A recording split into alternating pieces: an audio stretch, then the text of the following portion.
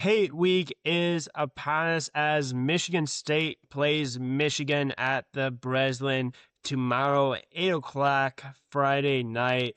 What better matchup, a top 10 matchup on a Friday night? I don't think there's truly any better matchup than that. You got Fox, you got Gus Johnson calling the game. Depending on who you're a fan of, you might like that, you might not necessarily like it, but it's going to be a huge game. It's going to be an exciting game.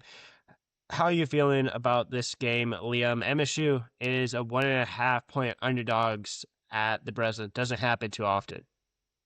No, it doesn't. I mean, it happened kind of a bit earlier this year with Duke. It was like right in that Yeah, same ballpark. But no, this is one of those where there's not that much to say. I mean, both these teams are elite, even though they didn't look like it on Tuesday, and they don't like each other much. And both teams and head coaches know that, and it'll be cinema from the opening tip. I'm hoping. So, yeah, yeah. No, absolutely. I think one of the biggest factors in this game is going to be turnovers. Michigan is coming off of a game where they had 19 turnovers against Nebraska. MSU has struggled with turnovers lately. Whoever can, in my opinion, protect the basketball and just make the right reads, make the right plays, I think might end up coming out with a win because I think turnovers is going to be a massive part of it. And you have two teams that have struggled at times with turnovers, and you also have two teams. You have Michigan that has had times where they've struggled shooting free throws. You've also had MSU have times struggling shooting free throws. I think this is going to be one of those games that's going to be just completely just grind them out defensive battle, and it might be one of the ugliest games you see. But you talk about both of these teams. Michigan State, number one ranked defense according to KenPom versus Michigan, number two ranked defense according to KenPom. yeah. It's interesting to see a defense on the Michigan side ranked that highly that plays with such a fast tempo. I mean, on Torvik they Yeah, play the 10th fastest tempo, and on KenPom the 12th. So it's interesting that they can play that quickly because I mean that's yeah, out of 365 teams. That's not amongst Power Four, Big Ten, or nothing like that. So it's interesting that they can play that quickly and still grade out that well metrically on defense. So from a Michigan State lens, you want to slow them down, obviously, just yeah, because if they're playing that quickly and making shots, it's going to be hard for any team to keep up, let alone exactly. MSU, who can struggle when they set the half court, which I guess kind of contradicts what I just said because Michigan State excels in transition offense, but Yeah, you still want to be able to play it at a pace that Izzo is familiar with and would prefer rather than some up and down action all game because it probably doesn't end up yeah. ultimately leading into Michigan State's favor. Yeah, no, I think it's definitely going to be an interesting kind of contrast of styles a little bit because obviously Michigan State likes you, like you said, likes to go in transition. But if you look at just like the pace of play, kind of like just how fast they like actually play, statistically, like it's not that fast compared to Michigan, but at the same time, like Michigan has had issues turning over the ball. But the thing is when Michigan turned over the ball, it truly seems like not a lot of them are for like easy like home runs the other way either. Like it's just an interesting kind of contrast of styles. But also, if you're MSU, I don't know if you necessarily want to get into a grind them out half court game either. Like MSU just needs to Yeah, it's weird. rebound, to defend, run. It's just an interesting kind of comparison with both of these teams, in my opinion. Yeah, no, it is. You really I mean, both teams kind of match up well with each other, and it's Yeah. weird because it's weird for Michigan State this year with the way they've struggled in the half court. I'm not saying it's weird historically. I mean, they always haven't been Yeah. an elite half court offense. I'm just saying it's weird the contrast between the transition, which they are always elite at, and this year the half court offenses, which I do think is getting a bit better in recent games, Yeah. but it's strange because like you said, like we're saying, they probably don't want to play in a track meet the whole time, but they also don't want to play in an old school football game where it's 2 yards in a cloud of dust, 3 yards in a cloud of dust, and you're happy. So Yeah, who I agree. knows? I mean, question all year for Michigan State's been 3-point shooting. Again, something that's kind of increased, but one key guy that has actually gone the opposite way would be Jackson Kohler. So you're hoping if he's letting them fly, he's making them. Yeah, Yeah. it'll be a really intriguing game. That's for sure on Friday. And I think the matchup I'm going to be most interested in is Yaxel Lendeberg. I think he's probably going to get Cohen Carr for the most part, if I would have to guess, because I think when Ademar is in, it'll probably be Cooper. Morez Johnson will be Kohler.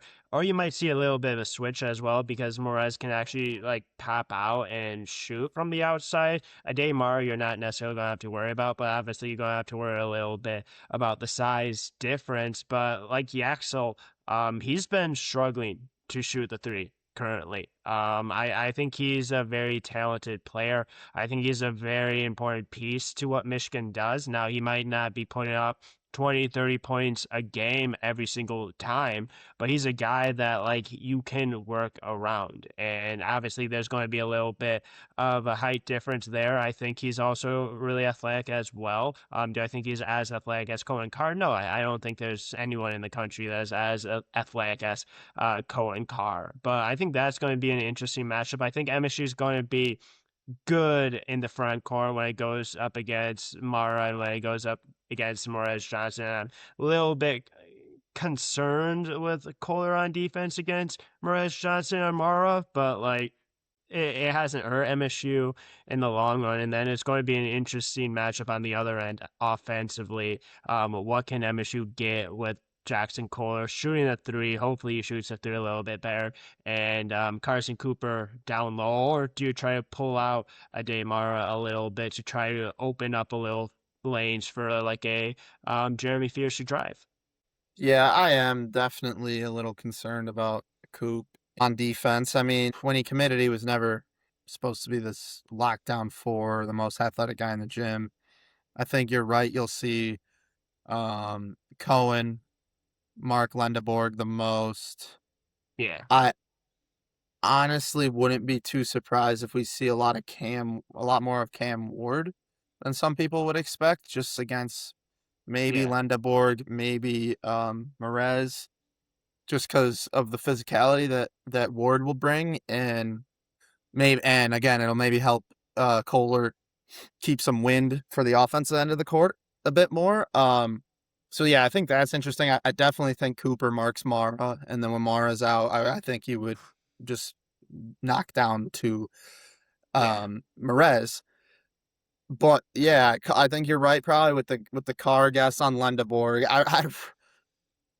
it's they're huge. I mean, if they go Yeah. out and start, Tallest team in the country, I believe. yeah, I mean, well, and it's strange just because if they go out and Michigan State comes out with their normal starting lineup, which they're going to do, Kohler, Carr, and Coop, and Michigan counters it with Merez, Yaxel, and Ade, which they're gonna, because these are their Yeah. starting lineups. I don't know why I'm saying if.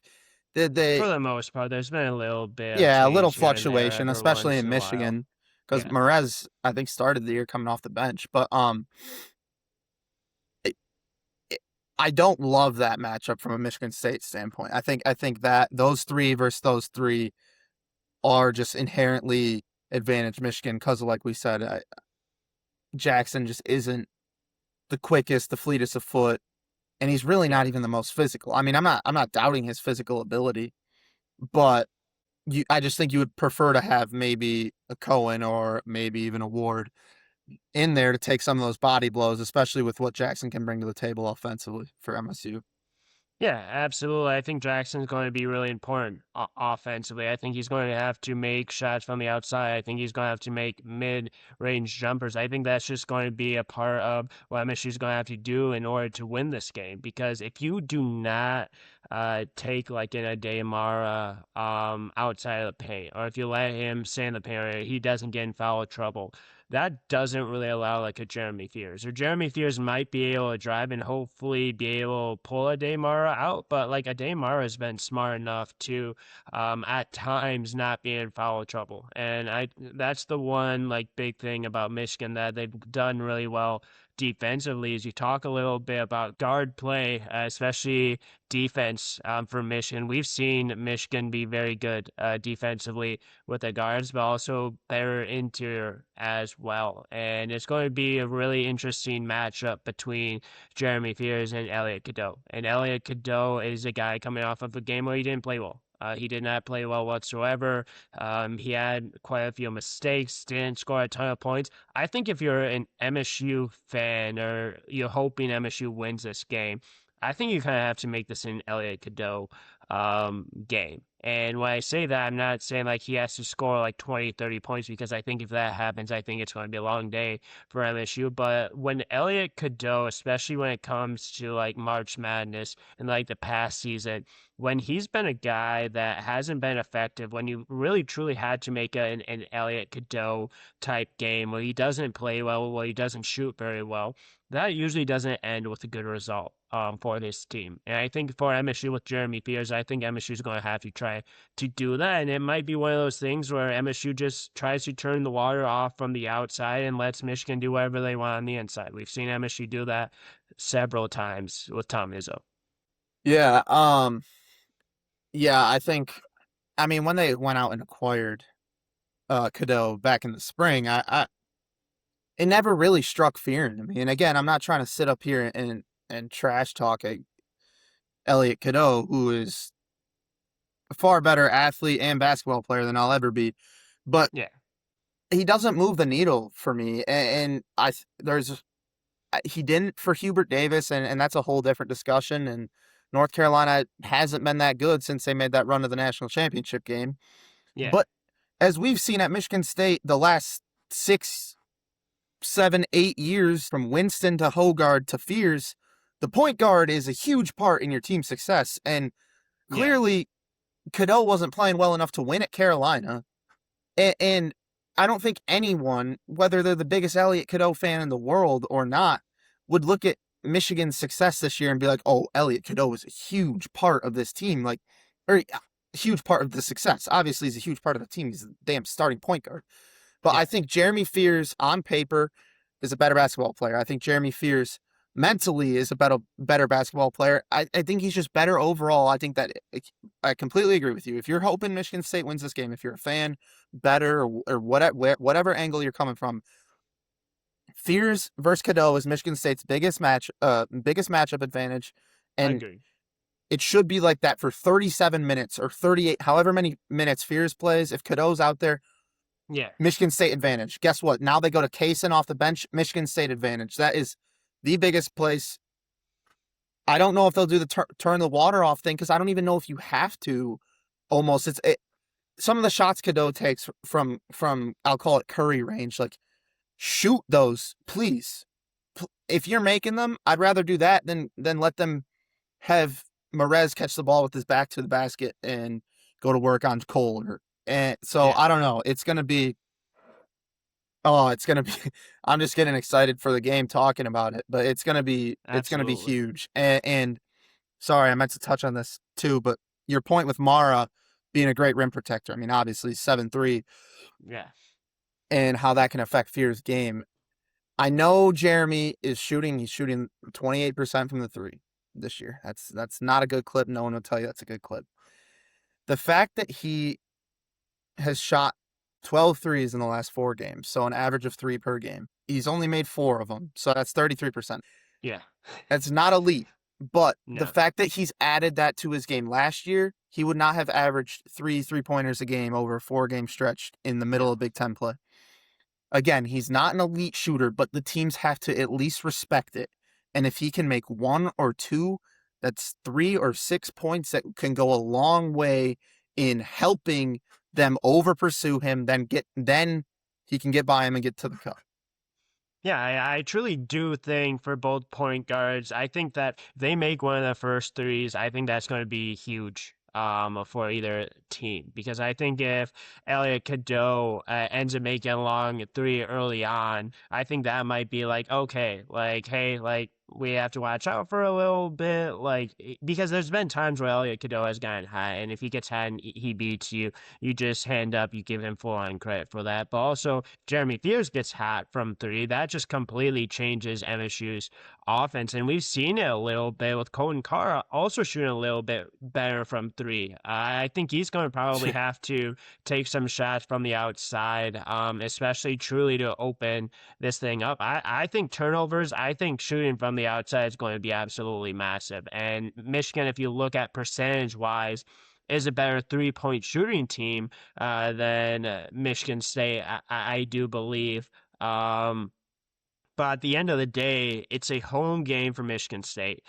The Breslin will be absolutely rocking. It's a Friday night. Like this is everything that you'd want for both of these fan bases. This is the game of the year for the most part. Now I know people might say Michigan State versus Duke, Michigan versus Duke, Michigan State at Michigan, stuff like that. But both of these teams are tied for the top of the Big Ten right now. And whoever wins this game is having a chance for a sweep at Michigan, having a chance to stay at the top of the Big Ten. And also, guess what? It's Tom Izzo's birthday. It's his 71st birthday on Friday. What better way for Michigan State and the team to send Tom Izzo out with a win on his birthday against your rival? But with Dusty May, you never necessarily know. If I'm a Michigan State fan, I'm feeling better, much better. I think Tom Izzo absolutely has a coaching advantage in this one. I think there's certain pieces here in this game that Michigan has the advantage for, and I think there's certain pieces that MSU has the advantage for. Yeah, no. First off, Michigan actually shoots the three worse than MSU. You just wouldn't expect that because Michigan shoots a hell of a lot more threes than MSU does. Yeah. Oh, So okay. I, I, I some of the gaps that were at the start of the year amongst these two teams have kind of regressed back to even a bit. And I agree. You have the coaching matchup, and it will be hard to find a better environment in college basketball probably in the next 5 years than the Breslin Center will be on Friday night. So you got the home game, you got the coach, you got the point guard, you got Cohen Carr, who, like you said, I mean, that shot Tuesday night, Michigan State was dead in the water with 1 second on the shot clock, about 3 minutes left to go. And Cohen Carr hit a shot unlike any other shot he's hit from beyond the arc in his MSU career. I mean, that was absolute Yeah. nails. If he's making a couple threes, again, from a Michigan State angle, you have to feel really good. And I think that both teams aren't incredibly deep. I mean, Michigan has a lot of good players, and so does Michigan Yeah. State, but there's Yeah, a you have very McKinney select. for Michigan, Yeah, Kaysen for Michigan, MSU, you talk about Cam Ward, Jordan Scott. D- will Denemojic play in this game? Do you want Denemojic playing in this game? I mean, Are you terrified if he plays in this game? Yeah, I was just gonna say both teams kind of go like two, maybe three, maybe that's what I was four gonna say. players They're into the bench. they're deep, but there's a very select few guys that are going to be on the court in big situations. And Yeah, you know, oh my goodness, not to open up I wanna the ask Denim you Wojcik just can of worms, but yeah, I'm sorry, man. He made a layup last night, which by the way was a tough layup. I'll give him credit, but he was -6 in like yeah, 3 minutes. I imagine he hadn't made that layup. It's a -8, and again, that's such a stupid hypothetical because he made the layup, but he's probably not going into the trees of Michigan and making that layup. Is my no, point. So no, I don't I hope that Jeremy goes into Friday night very aware to be careful of his fouls and to make sure he can stay on the court as long as humanly possible. But yeah. go ahead. No, I was just gonna say if Fears gets his second foul, like Izzo will pull him. Like that's just what he has Yeah, done. did And it last night I think yeah, I was or just gonna say Tuesday? at that point, MSU just has to hope to survive.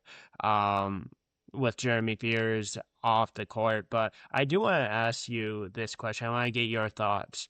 We talked about kind of the main guys for both teams, and we've kind of talked a little bit about like, hey, they don't have like a ton of guys on the bench. Like it's going to be kind of the main guys. Do you think for either Michigan State or Michigan, do you see anyone just like coming out of nowhere and being just like, hey, like that's the difference maker? Because I think if you see like a Dame Mara, if you see a Merez Johnson, if you see a Yaxa Lundenberg, no one would be surprised, right? Even with an Elliot Cadeau, I don't think anyone would be massively surprised. Or like a Namari Burnett. I think a Roddy Gale would be a little bit surprising. And then if you go to MSU's side of things, Jeremy Fears, not surprising at all. Jackson Kohler, not surprising at all. Even Cohen Carr, I don't think would be surprising at all. But guess what? If Divine Ugochukwu has a game like he had at Penn State, that would be a little surprising. If Jordan Scott has a big game, that would be a little surprising. If Cam Ward is massive, like scores 15 points, that would be a little surprising. If Dan Wojcik scored more than 2 points, that would be surprising. Yeah, I don't Or even know. Trey Fort. Maybe we get a Trey Fort game. Maybe Maybe this this is is the a Trey Trey Fort Fort game. legacy, but he also went -6 in 2 minutes. So, Yeah. um, I think it's going to be the main guys. I don't see a I do guy that's too. stepping up. I do too. And I honestly think if there's a surprise guy or whatever, Jordan Scott, sure, I think he'll be spending most of his energy on defense. I could see Ugo having another decent little game, even though I didn't think he played all that great Tuesday night. He ended up with Yeah. 9, 6, and 6, and the 9 points was on 3 of 4 from the three ball. And just if you're thinking about what he's gonna have to do defensively now when he's covering for Fears, if Fears is sitting, obviously he'll be on the ball against Cadeau. But Yeah. I mean, Namari Burnett isn't like the craziest guard of the season, probably for Ugo Chukwu. Like Namari Burnett is a No. good basketball player, but Yeah. I think Ugo Chukwu could maybe get in a rhythm on offense and hit a couple. If he hits 3 threes again and Cohen hits 2 threes, like I think that's a great recipe. I'm gonna just say Divine because that's such a cheat answer too, because it's the one it's the surprise guy that you know is guaranteed to get a lot of minutes. So Yeah. I don't know, but I just think the fact that he put up a sleeper 9, 6, and 6 last night is encouraging going forward, especially against, like I said, Namari Burnett is probably option number 5 or player number 5 in the starting lineup that you're most worried about as a Spartan. Yeah, probably. Namari Burnett has had moments where he's hit shots. If he's hitting shots early and often, you can definitely see him being Nah, he's a a good big player. factor. Yeah, no, Michigan's just a absolutely. damn good team, and if Oh yeah. Namari Burnett was on some other teams, maybe he would be option 2. But Yeah. on this I squad, would think option 2, 3. yeah, I think Namari's probably 4 or 5 at Michigan right I, now. I I think he's pretty far and away 5. I don't know, but Yeah. it doesn't really matter. That's this No. for the sake of the question.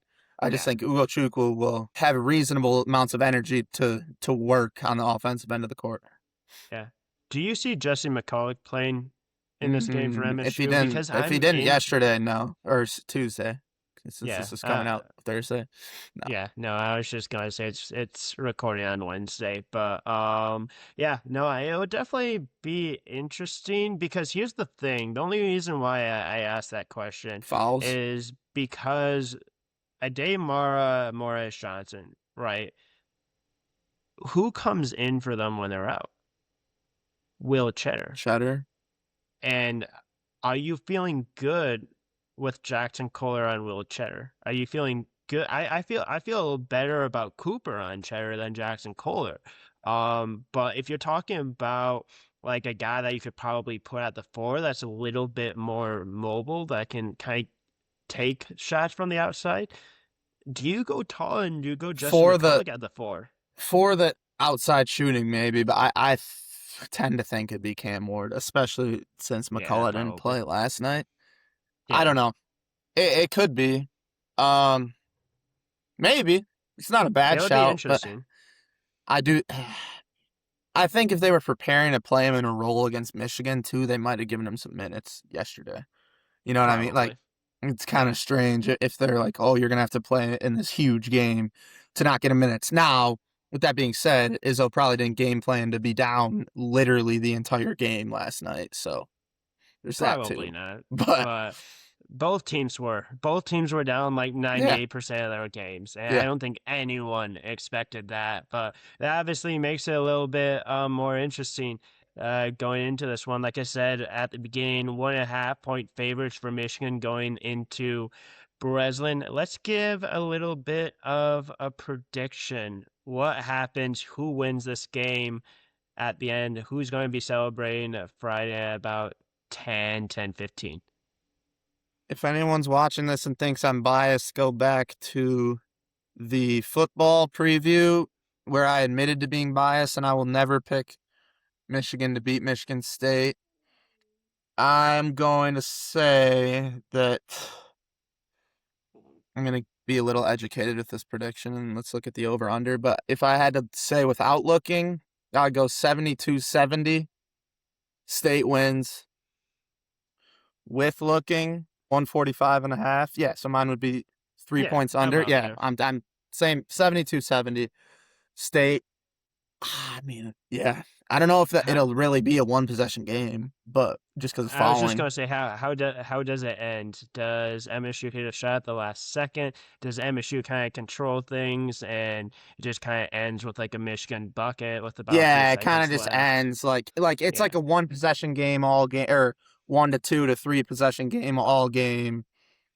State takes a 6 point lead with 40 seconds left, and Michigan somehow runs it down to 2 or something. yeah. Yeah, no, understandable. I agree. I think we're going to get a split this season. I think both home teams will end up winning. I think MSU defends Breslin. I'm going to go 74 68. I think Michigan falls just short of 70 points. So I think MSU wins at the end. I think I think it's a close game at the end. I just think MSU has been really good at the end of game action. I think both teams have been really good at the end of game situations, Yeah, but I think MSU and Jeremy Fears just gets yeah, it done on yeah. some You can put Izzo's Fears on the scripting. line, and he's not missing For the most part, yeah. for the most But part. that crowd at Breslin is going to be absolutely rocking. It's going to be a fun atmosphere. It's going to be a fun game. Any last thoughts before we wrap up here shortly? Nothing out of me. Just can't wait to see it.